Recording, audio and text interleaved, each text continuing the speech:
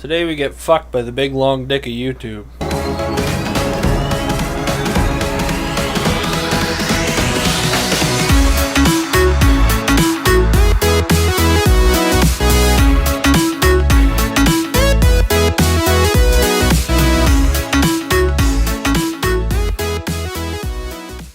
Welcome back to the Words of Hard Show, guys. Today we want to get a little bit serious and talk about some current events here on YouTube. Serious. Unfortunately, serious for us. The state of YouTube at this moment is kind of uncertain, and YouTube for the last, I'm going to say probably the last two and a half years has gone in a place that no one really wants to see it at. H3H3 did a pretty good video kind of explaining what was going on. Well, he kind of did a recent video, but kind of put the blame on the Wall Street Journal. Yeah. Kind of kicking up dust in terms of YouTube, and he started with the whole PewDiePie drama that he's anti-Semitic. He's anti-Semitic and stuff, and then started trying to make claims that people like. Companies like Coke and stuff had advertisements on videos that had racial connotation to them and stuff, which is not true. Not true, no. Because when you he showed a screenshot of like a Coke commercial, right? And in the title it had the N-word. When you put that in the title, it gets demonetized because it's flagged as adult. Yeah. Right. But anyway. There's a lot of forces outside of YouTube that don't necessarily understand it, so that's kind of that are affecting it. Yeah. So Alex, put it on the screen. Fucking drama alert! Right across. No, that's a show. No, that would just create more. That would just create more drama. Yeah, to a point. But no, it's all drama. There's all kinds of shit going on right now where people are having their videos demonetized, and stuff like that. We ran into something recently though that was really, really, really weird. So big shout out to Fat Rat. We use the Fat Rat. Yeah, we use the Fat Rat for we use his intro music. And our outro. Yeah. He uploads to YouTube. His music as open source, just give credit type of deal, and we do, and we appreciate it more than anything because it makes the quality of our content possible. And his music's just awesome. And his music's pretty good. Yeah, believe it or not, we would have shittier quality without him. Alex would be singing our intro and outro. Yeah, if we didn't we'd be doing acapella. Yeah, that's right. But I mean, so we use it in our video, and somebody with I think 50 subscribers uploaded the video with the same outro music that we use. And he used it throughout the entire video. Yeah, and he used the full song throughout the whole video, credited the Fat Rat in the description, but then began to make copyright claims against other people who use that open source song. And I remember I'd never dealt with anything like that before. You know what I mean? We don't make a living off of this. This isn't This is a hobby for us. What's funny though is that I figured out kind of what it was. Is that he was flagging other videos that use the song, but our video, because we had we'll get to that, scheduled upload privileges. We had the video didn't even go live yet. Yep. What happened is that because he was making claims on videos and making the statement, "I own this song," YouTube automatically picked our video up and flagged it. For him because he owned the video. So I had to make this huge claim where I had to go to Fat Rap's website and I had to find where he had done a written up saying, this is an open source song. And then I had to link the original video, show the upload date. I created this big appeal document where I was just this is where this and this and this, just so I didn't get screwed over by this kid. Because the thing is that if the Fat Rat came in and said, I own this song and I want all the money you're making off of these videos, fucking go ahead. You know what I mean? Yeah. He's done enough for the YouTube community and for us. We don't make a living off of this. I really don't care. It was the fact that somebody was trying to steal money from him, basically. Yeah, trying to steal what would technically be owed owed to him. So I was like, no, that's the only reason why I'm going to fight it. And within 12 hours, he pulled it. But I think his channel got enough reports that. And the best part is that there was at least 50 other people that were I was messaging back and forth with people who had gotten flagged by the same person. People who didn't have enough subscribers on their account to be eligible for appeals. Yeah. Who weren't able to appeal it. So believe it or not, we were actually in a better spot because of our channel. What's even funnier, though, is that the Fat Rat does collaborations with another... Just what? I said that's so weird. Collaborations. Oh, no, he broke it up. Collaboration. Yeah, so he does other collabs with other artists. And one of them is Laura, is it Brem? I'm probably mispronouncing that. I think so. Brem. One of the songs... So we used one of their songs that they do together for the intro, which is Monody, I think is the name of the song. Yeah. And he flagged the outro song, but in the video he had it labeled as featuring Laura Brem and the Fat Rat. So he didn't even flag the song that he said he... No, he flagged the right one. Well, no, but that's the thing. He put in the title of his video. He just put featuring somebody, which is that fucking weird, right? In. Just dumb. And anyway, yeah. So this dumb kid from Sweden ended up having his video pulled from entirely. Germany. Is he do, from Germany? Do you get the feeling though that maybe he had no idea what he was doing and he was just playing around with something in YouTube? Well, the problem is that to start the whole process, he would have had to do it in the first place. Yeah, you have to say this is my song and label why this is my song. And he basically put up his video and said, "This is my song. Look, it's in my video." But again, that's what I'm getting at. Do you think maybe it's literally just some kid that didn't understand and was like, "Oh, well, I want this to be my song. So if I do this, then this will be my song." I think the process is too complicated. Is it for him to be able to just turn around and flag it? Accidentally. I could be wrong. And he could have done it by accident, but thank God he pulled that appeal because I was gonna go off. And so historically, even people who this would have been a much bigger issue. Now we make pennies off of each one of these videos. It's that's not really any secret, right? It's that's not really a problem. So where's my penny? And technically speaking, it's against the You get lots of pennies. it's against the terms of service to really talk about how the whole thing works. But yeah, so stop right there. So effectively, in the past, the way that the YouTube copyright appeal would work is that once someone flags the video, they get all the money for the video from the point that they flag it to the point that either the video goes down or they appeal the video. And once they appeal the video, they start making money after that point onwards. But any money that's made in that first little bit is taken away. But the problem with big YouTubers is that they make their money within the first 3 to 8 hours of the video going live.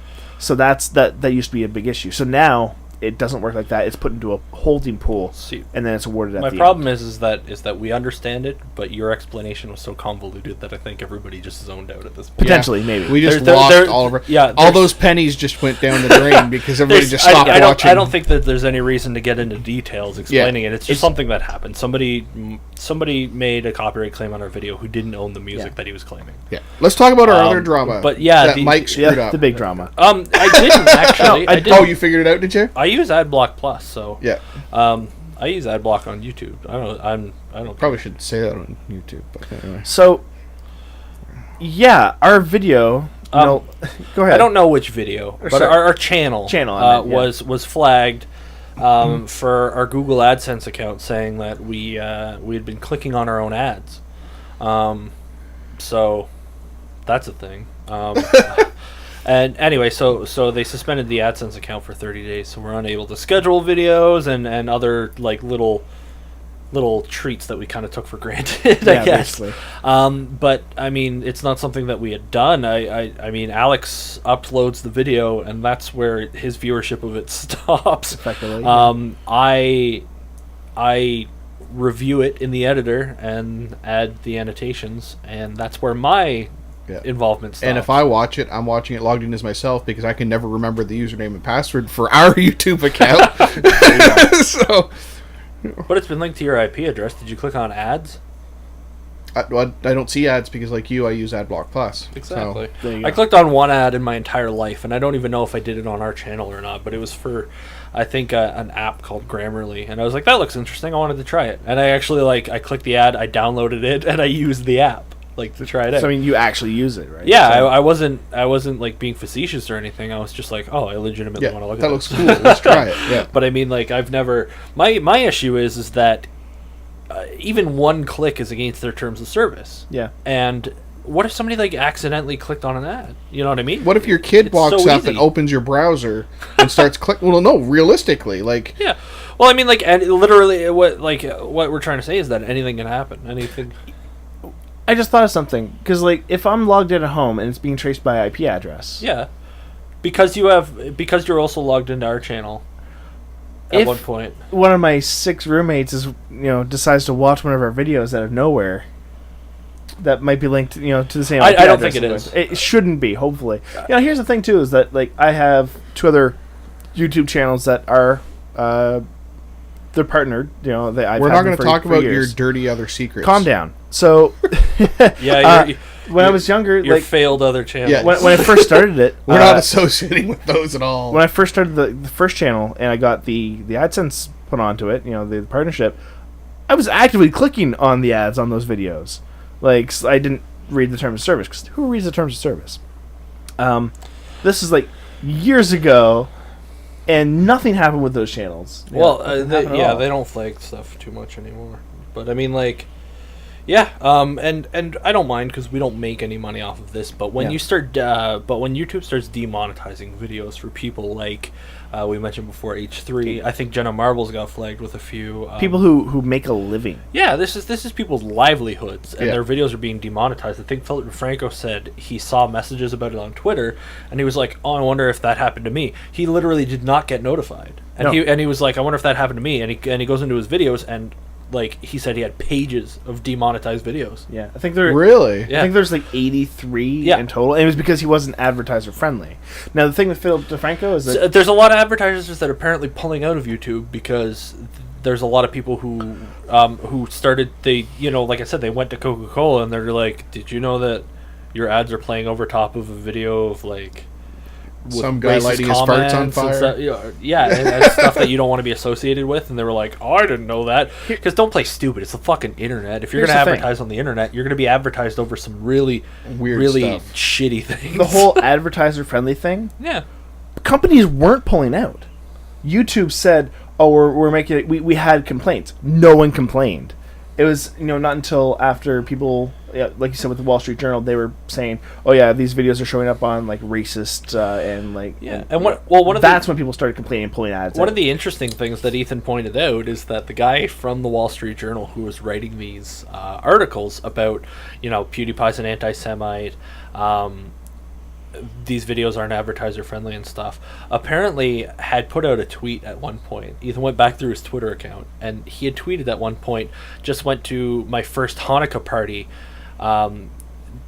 didn't realize Jews had such a knack for frying," or something like that. And it was really whoa, that's bad. Yeah.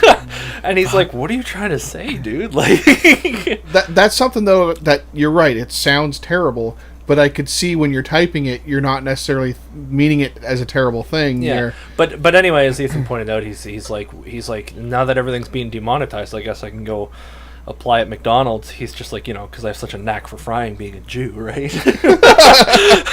Fuck. And here's the thing: PewDiePie was not being anti-Semitic. He was making a joke of, "Look what I can make these guys do." Oh no! For $5, he didn't think they were going to do it. No, and that's the thing. He didn't think they were going to do it. Because nobody else complied with anything that he did. No, so I mean, A, or one he didn't think people were going to do it. B, he was showing, look how easy the system is to abuse. There should probably be something put in to affect, to stop this. And that's the problem: is that comedians shine a light on political and controversial topics to basically. And that's why comedy is so important, to turn things around and say, "Look how absurd the world is. Look how wrong this is," type of thing. And we can all laugh at it for a second because that's what comedy is pointing out absurdities, right? But then people take it too seriously, you know? And that's the thing. I guess PewDiePie himself, he said that this was a joke made by an amateur comedian, someone who's trying to break out, that missed its mark. And I mean, he makes other jokes in videos, saying, I don't think he explicitly says like, hey, Hail Hitler, but like. But the problem is that everybody is saying, when you have an audience as big as 54 million subscribers, you have a responsibility to censor yourself and be more aware of what you're saying. But I think of it the opposite way. When you are a viewer of somebody, when you click something randomly on the internet that somebody put out there with no like actual validity behind it, it's up to you to be responsible to look at that from a do your own research. Yeah, to look at it from a more critical perspective. Yeah. This episode's hilarious. Sometimes you gotta get serious. The funniest episode we've ever done. I mean, I didn't want to get serious. This is a problem. So YouTube's like straight fucked, and we're, like I pointed out to somebody in the comment section of a video is that, we got affected by this. We got flagged a little bit and lost a few privileges temporarily, but we don't make a living off of this, and there's people who rely on this sort of thing, who have built up whatever. So thank God they have sponsors and stuff like that, right? Exactly. But I mean, and then somebody commented, and other than calling me a Jew faggot, because it's the internet, and that's the kind of comments you're going to get. How do they know you? It was literally like I saw like a notification pop up. It was like, oh, somebody replied, and they're like, Jew faggot, and I was like, okay, hit the nail on the head right there. You can't argue with that one, I guess. And then somebody else commented, and they're like, "Oh, fuck off, 300 subscribers." And it's like, well, like I said, we don't make a living off of it. You know what I mean? Like we're just chipping away. Yeah, making our way downtown. Walking fast. God damn it! But I don't know. What else can sort of be done except sort of riding the shit wave and like coming to the end of it just as things are, right? Yeah. There's not a whole lot you can do about it. I mean, there's all kinds of other drama on YouTube that you can deal with. And see, that's the problem. YouTube is really the only show in town when it comes to this sort of thing, too. They're not, though. They're not. And the problem is that there's a lot of underdogs that might be able to scoop up a lot of. The biggest thing with YouTube and why everyone's so crazed about becoming YouTube famous is that Big Brother Google owns it, and they've turned it into a platform where Google is not a big brother at this point. They are grandfather of. You know what I mean? Like they have their hands in everything. They're the be all and end all. If they can't make Daddy something, Warbucks. If they can't make something that's better than what's already out there, they buy what is out there. I mean, you're talking about a company, like I could go work for them for a month and I could be more set than I would be working currently for a year or more. You know what I mean? Like they're just, it's huge. So they kind of do what they want, and I mean they have the right to do what they want. They have the power, but it's still a douche move to demonetize people's videos who make a living off this shit. The problem is that although Google owns YouTube, is that they're not directly controlling. I was just going to say, I'm sure that it's somebody underneath Google that's running the show, that's under the YouTube umbrella. Yeah. And the problem is the same as like some of the software that I deal with at work, is the older stuff is completely beyond repair because so many people had come in and made complaints one way or another. And when a company tries to appease everybody, you get like this convoluted fucking mess, right? Because you can't. So the problem is, over the years, everybody was like, this is wrong with YouTube, this is wrong with YouTube, that's wrong with YouTube. And they're like, oh, well, we'll try to fix this, we'll try to fix that, and we'll try to fix this. And suddenly you're getting to a point where it's like, it's a mess. You know what I mean? And like unless you start over from scratch, you're just gonna have to deal with it the way it is, type of thing. Like you can't please everybody. So that's sort of the point that a lot of these websites are getting to, which is unfortunate. I mean, YouTube used to be a beautiful place. Well, if you think about it, the fact that this worldwide hub of videos has completely changed the face of media, completely changed the face of how we act, interact, search, and view things is like Well, are we taking that for granted? You know what I mean? Probably. The fact that there's this free platform that we can that we have just sort of. One day we were bored, so we set up a channel and started doing it. You know what I mean? And then like that's how some people make a living. It's like, okay, maybe we're taking it a little bit for granted. If you think back in the day, how hard it would have been to get on TV and how big of a deal it was. Right? It's like 5 years ago, when the whole new media, which is what YouTube is considered, the whole new media craze came up. Big news outlets were laughing at it, like, oh, well, this will never take off. You know, you guys are wasting your time. Yeah. And then you get, you know, the first people who really got big on YouTube, you know, Smosh is, I guess they're the first, and then, you know, Nigahiga, Ray William Johnson, and now PewDiePie. You know, these megastars online, who are YouTube famous, making more than those media outlets, those individual people who work for those media outlets. Now the media's stepping in. And of course now the media's stepping in trying to take this shit down because they're losing money on their own. Fuck Jimmy Fallon, just get out of my face. I don't want to watch clips of your show anymore. If I wanted that, then I'll turn on the TV and watch it. Yeah, unless you want me to be on your show, in which case I'll gladly come. Just fly me out there. I'll show up on your show. He'll come. I'll do it. And he'll show up too. I don't know. I don't mind them. They're funny. But if I wanted to see Jimmy Fallon, I'd watch the Jimmy Fallon. I like how I'm picking on him specifically, but like all of the late shows are doing it, and a lot of the news outlets and any of the media companies, and like even The Rock has like a YouTube page, and you know what I mean. The Rock's actually doing big shit on YouTube. Yeah, you leave The Rock out of this. Yeah. Him and he's Snoop a Dogg, saint. and yeah.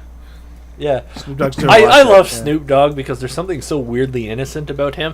And for like one of the most, it's because he's high. One of the most guilty people in the world, but he just seems so innocent when he's sitting there talking.